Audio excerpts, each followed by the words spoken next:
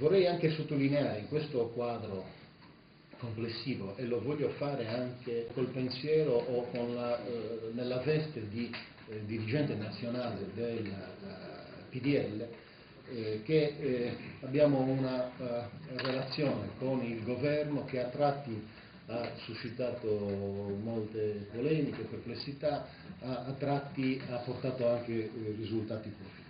Io credo che l'anno che iniziamo, il 2011, sia un anno decisivo per quanto riguarda molte delle partite che abbiamo in sospeso.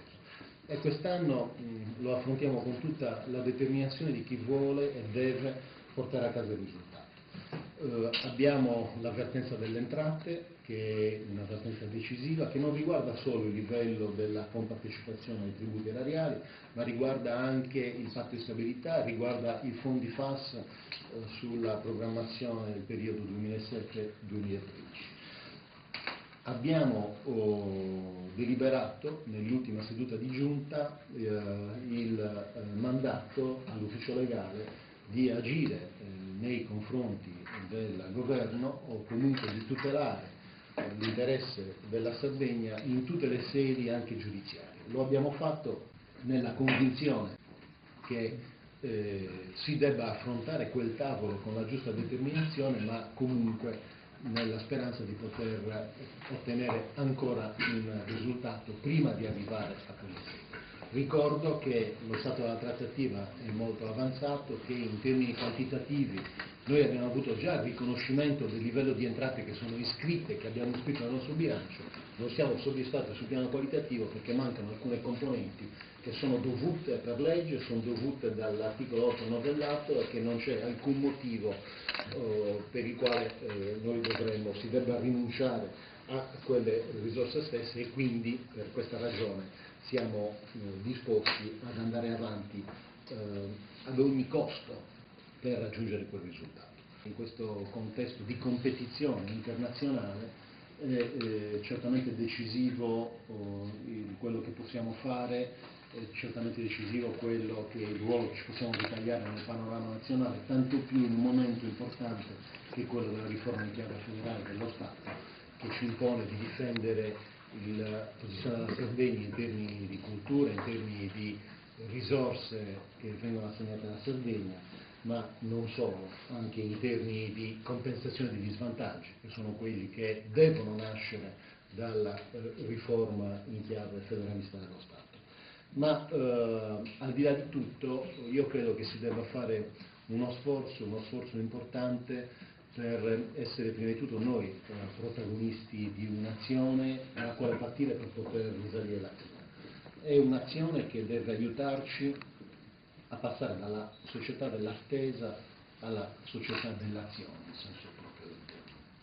Per farlo certamente dobbiamo guardare con attenzione al capitale umano e fra tutti dobbiamo guardare con attenzione ai giovani, che costituiscono un'importante risorsa. E quando parliamo dei giovani non possiamo non pensare alla formazione, non possiamo non pensare alla scuola, non possiamo non pensare all'università. È un tema caldo, è un tema che in questi giorni ha suscitato non solo polemiche ma anche scontri, ahimè, molto accesi e situazioni anche tutt'altro che felici sul panorama nazionale. Io ho incontrato diversi giovani anche da poco e ho ascoltato le loro ragioni.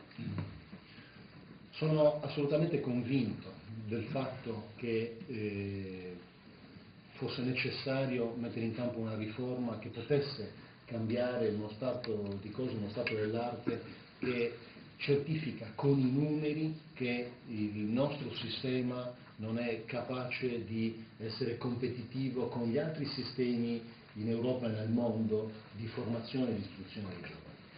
Nello stesso tempo però sono anche preoccupato per quelle che sono le conseguenze, e soprattutto sono preoccupato per quelle che sono le conseguenze rispetto al nostro territorio, rispetto alle nostre peculiarità. Per questo motivo guardo con interesse a una riforma che era attesa, ma con preoccupazione per quelle che possono essere le conseguenze sul territorio. E per questo motivo abbiamo cercato di mettere in campo una serie di azioni che potessero in qualche modo anche essere capaci di affrontare questa contingenza con i dovuti correttivi, col dovuto sostegno a un sistema che è solido. La battaglia, l'impegno sul tema vede nel 2011 due scadenze, una di breve e una di medio termine, importanti. Una è quella del disegno di legge su istruzione e formazione che la Giunta si impegna ad approvare e a trasmettere entro gennaio alla Commissione competente. L'altro è il progetto Scuola Digitale, che è unico nel suo genere, forse il primo, anzi certamente il primo in Europa, e che rappresenta un'opportunità veramente importante per il nostro sistema scolastico. Ma la conoscenza ha anche bisogno di strutture, ha anche bisogno di specializzazione e di alte professionalità. Per risolvere il primo problema è partito un bando di 57 milioni per l'adeguamento delle strutture di interventi in edilizia scolastica. Per la specializzazione è decollato un altro bando che mette a correre 27 milioni sulle risorse del POR 2007-2013 dedicati ai corsi per i dottorati di ricerca. Altri 12 milioni ancora andranno alle università per realizzare laboratori con nuove tecnologie e per il recupero del patrimonio architettonico. Ma sappiamo bene che la conoscenza è anche diffusione e valorizzazione della cultura, e per noi questo non può non passare attraverso la valorizzazione della lingua sarda.